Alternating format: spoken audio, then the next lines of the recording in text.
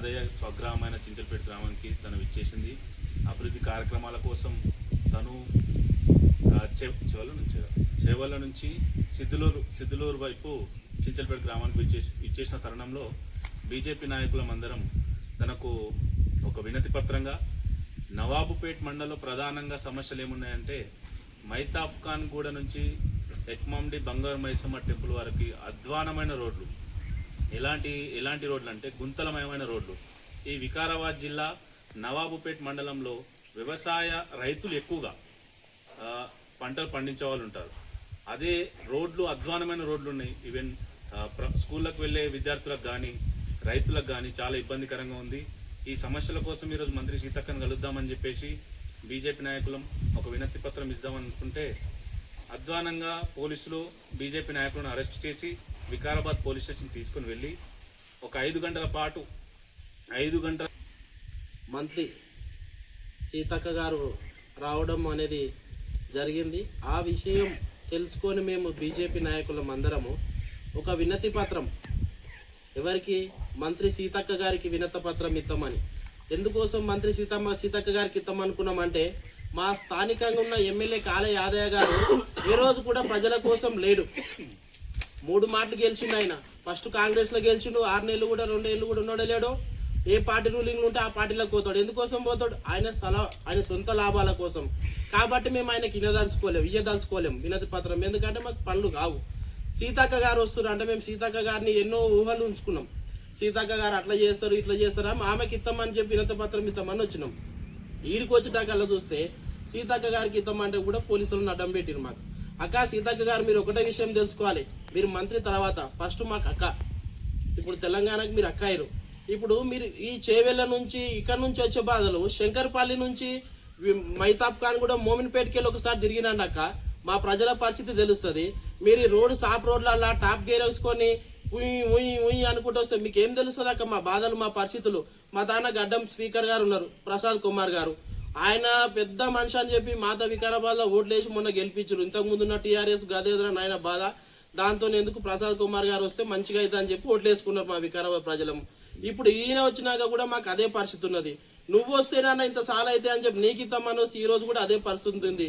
కాబట్టి సీతక్క గారు మా వికారాబాద్ జిల్లాకు వచ్చే ముందు ఒకటి ఆలోచన చేయండి. మా తాన రోడ్లు చాలా పరిస్థితులు బాగలేవు. మా తాన ఉన్న స్థానికంగా ఉన్న ఎమ్మెల్యేలు కానీ స్పీకర్ కానీ ఇంకో కొంచెం మంది మంత్రులు కానీ ఎమ్మెల్సీలు కానీ కూడా మాకు పని చేయలేకపోయారు. మీరన్నా కనీసం మా వికారాబాద్ ప్రజల గురించి మాట్లాడి కొట్లాడి మాకు రోడ్లు వేపిస్తారని చెప్పి మాకు విన్నది మీకు కలవలేం. కాబట్టి ఈ మీడియా ద్వారా మీకు మా మాటలు వినిపించాలని చెప్పి వింటారని చెప్పి కూడా మా వికారాబాద్ జిల్లా ప్రజల గోస. అందుకే మీకు తెలియడం జరుగుతుంది. మనకి మంత్రి సీతక్క గారు రావడం కార్యక్రమాల దృష్ట్యా మా యొక్క మండలంలో ఉన్న వివిధ గ్రామాలకు సంబంధించిన రోడ్ల కనెక్టివిటీ కానీ మండల ప్రధాన రహదారి ఇంత అస్తవ్యస్తంగా ఉంది. ఇంకా మండలంలో ఉన్న వివిధ సమస్యలపైన మంత్రి గారిని కలుద్దామని చెప్పి భారతీయ జనతా పార్టీ నాయకులను నిర్ణయించుకొని మెమోరాండం ఇస్తామని మేము బయలుదేరిన పక్షంలో మమ్మల్ని పోలీసులు పూలపల్లి గేటు వద్ద అడ్డుకొని అక్రమంగా అరెస్ట్ చేసి దౌర్జన్యంతో పోలీస్ జులుంతో ఈ కాంగ్రెస్ ప్రభుత్వం ఈ క్షణానికి మంత్రి గారిని కలవనీయకపోవడం జరిగింది. దీన్ని అక్కడి నుంచి మమ్మల్ని తరలించి వికారాబాద్ పిఎస్కు తరలించి ఇప్పుడు దాదాపు 5 గంటల స్టేషన్లో ఉంచి ఈ సాయంత్రం సమయంలో ఇప్పుడు విడుదల చేశారు. అయితే దీని వెనుక ఉద్దేశం ఏంది? ప్రతిదానికి బీజేపీలు అడ్డొస్తున్నారు. ప్రతిదానికి బీజేపీలమే అడుగుతున్నాం, బీజేపీలను చేస్తున్నాం. మొదటి నుంచి నీ ఎమ్మెల్యే కదా, సొంత కాన్స్టిట్యున్సీ కదా, ఇది సొంత ఊరికి నవాబుపేట మండల కేంద్రం నుంచి నీ యొక్క సొంత ఊరికి రావడానికి రహదారి సరిగ్గా లేదు. నువ్వు మళ్ళీ రావాలి, నువ్వు ఇదే నవాబుపేటకి రావాలంటే వికారాబాద్కి తిరిగి రావాల్సి వస్తుంది. ఆ మాత్రం నీకు సోయి లేకపోతే ఇంకెట్లా? నీ సొంత గ్రామానికి సరిగ్గా రోడ్డు లేదు, నీ సొంత ఊరోళ్ళే నిన్ను రేపొద్దున చీకొట్టడానికి ప్రజలు సిద్ధంగా ఉన్నారు. స్థానిక ఎలక్షన్లో నువ్వు రాబోయే రోజుల్లో ఏ రకంగా గ్రామాలకు ఓట్లు అడగనికి తిరుగుతావో అప్పుడు చూస్తాం. మేము అడుగడుగున నేను గ్రామాలలో అడుగుపెట్టని చెప్పే పరిస్థితి లేదు. యాదయ్య ఒక్కటి మాత్రం గుర్తుపెట్టుకో, 100కు 100% నిన్ను గద్దె దించేది కానీ నేను ఇంటికి పంపించేది కానీ బీజేపీ మాత్రమే.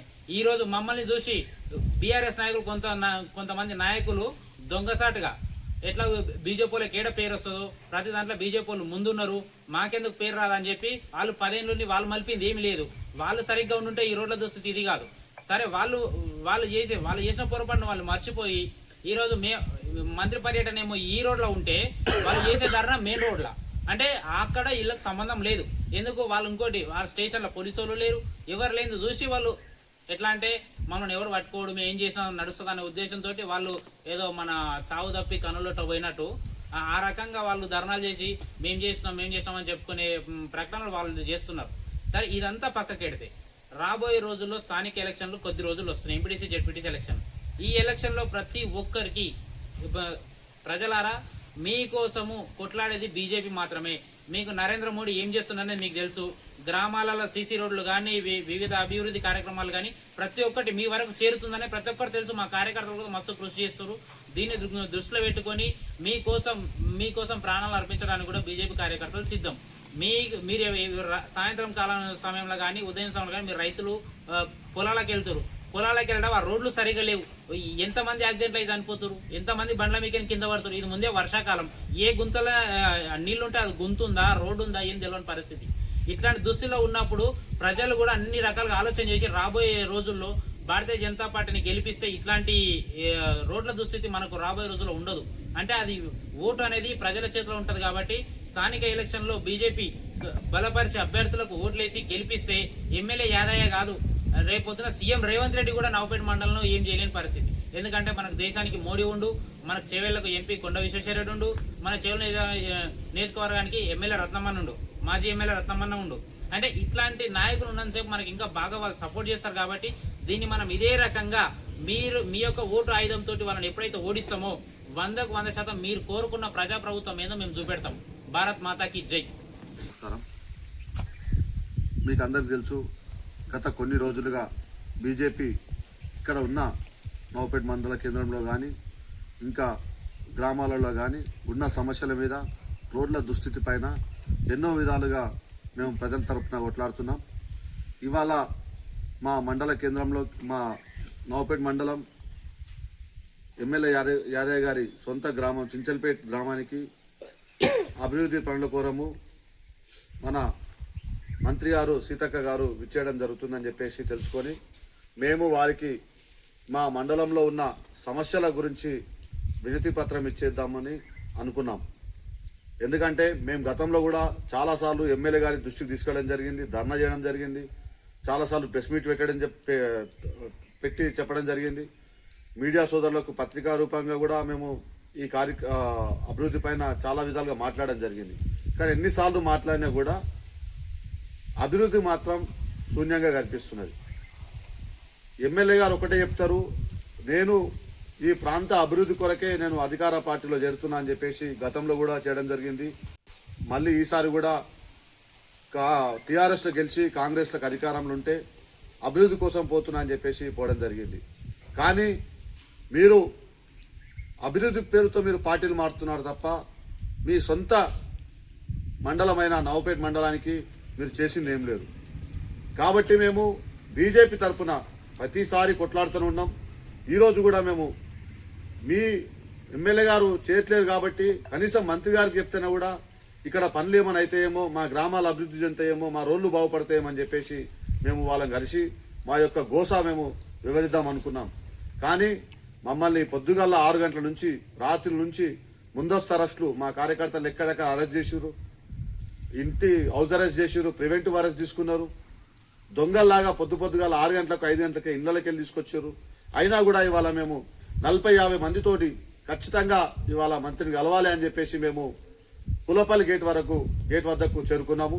కానీ ఇక్కడ మమ్మల్ని ఏదో తీవ్రవాదులాగా పోలీస్ బలగాలను పెట్టి, మిలిటరీ ప్రొటెక్షన్ పెట్టి మమ్మల్ని ఇవాళ కలవకుండా అక్రమంగా అరెస్టులు చేసి ఇష్టానుసారం పోలీస్ జీపులలో తీసుకెళ్లి ఇవాళ మమ్మల్ని పోలీస్ స్టేషన్లో పెట్టి, ఇప్పుడు మనం సుమారు 5 గంటల పాటు మమ్మల్ని పోలీస్ స్టేషన్లో కూర్చోబెట్టి ఇప్పుడు బయటికి వదలడం జరిగింది. మేము ఒక్కటే కోరుకుంటున్నాం, మేము ఈ అక్రమ అరెస్టులకు కానీ దీనికి కానీ భయపడేది లేదు. మేము ప్రజల తరపున ఖచ్చితంగా కొట్లాడుతూనే ఉంటాం. మేము ఒకటే కోరుతున్నాం యాదయ్య గారిని, మీరు ఈ సమస్యల మీద మీరు దృష్టి పెట్టండి, అభివృద్ధి పైన దృష్టి పెట్టండి, రోడ్లు బాగు చేయండి. గ్రామాలు విచ్చలవిడిగా ఇలా ఈరోజు చూసుకుంటే గ్రామాలలో అసలు ఏం అభివృద్ధి లేకుండా కుంటువాడిపోతున్నాయి. మీరు దయచేసి ఈ దానిపైన అభివృద్ధి పైన దృష్టి పెట్టాలని చెప్పి కోరుతున్నాం. లేకపోతే మేము ఇంకా బీజేపీ తరఫున భవిష్యత్తులో ఇలాంటి కార్యక్రమాలు ఎన్నో తీసుకుంటాము. మీకు ఖచ్చితంగా బుద్ధి చెప్తామని చెప్పేసి మీరు హెచ్చరిస్తున్నామనుకుంటే హెచ్చరించుకోండి. లేదంటే మీరు ఏ విధంగా తీసుకున్నా కూడా కానీ మేము ఈ మా ఉద్యమాన్ని ఆపేది లేదు. ప్రజల పక్షాన కొట్లాడుతూనే ఉంటాం. నవపేట మండల అభివృద్ధి చెందేంత వరకు మేము ఉద్యమిస్తూనే ఉంటామని చెప్పేసి తెలుసుకుంటూ ధన్యవాదాలు.